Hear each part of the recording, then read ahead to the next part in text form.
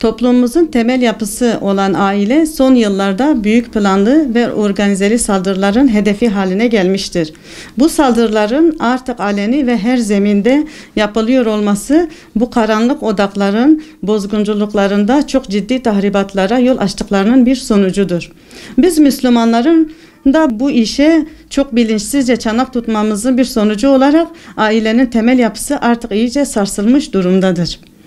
Batılılaşma macerasıyla dışarıdan tasarlanan saldırıların yerelde bazı karanlık mihraklarca destek sağlanması ifsadın ilk adımı olarak karşımıza çıkmaktadır. İçeriden zihni işgal edilmiş olanların dış saldırılardan daha gaddarca aile kurumunu hedefe koymaları hiç de şaşırtıcı değildir. Zira kraldan çok kralcı bir aşağılık kompleksiyle yerli taşeronlar aile kurumunu kendi ifsat projelerinin önünde en büyük olarak gördüler. Bunun yok edilmesi veya etkisiz hale getirilmesi iç ve dış karanlık odakların ilk işi haline getirilmiştir. Televizyon dizileri ve filmlerde ahlaksızlık normalleştirilmeye, gayrimeşru birliktelikler günlük hayatın bir parçasıymış gibi dayatmaya başladılar. Açık saçıklıkla kadını kişiliksizleştirmeye, özgürlük adı altında izzet ve onurundan uzaklaştırmaya ve tüketim çılgınlığıyla kapitalizmin iradesiz bir piyonu haline getirilmeye başladılar. Bu dizi ve filmlerde inanç değerleri ve kültürel bağlılık ötekileşmeye, aşağılamaya ve düşmanlaştırılarak saldırıların açık hedefi haline getirilmiştir.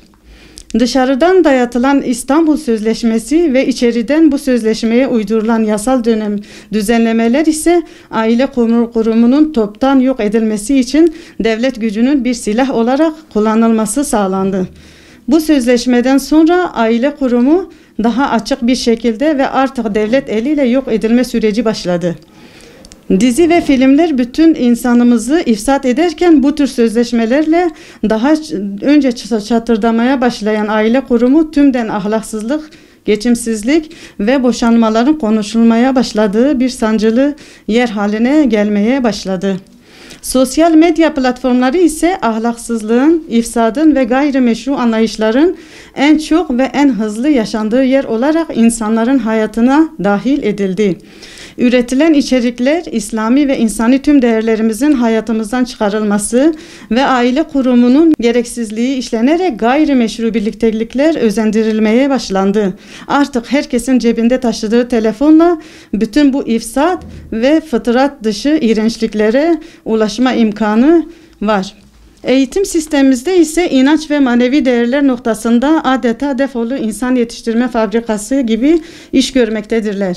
Bu sistemde olabildiğince batı değerleri övülmekte, iflas etmiş ve çoktan kokuşmaya başlamış ahlak sistemi ahlaksızlığı dayatılmaktadır.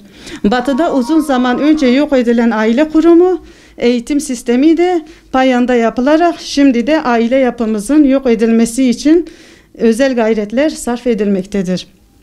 Yüzlerce hatta binlerce saldırının bir anda aile kurumuna yönetilmiş olması hiç de tesadüf değildir.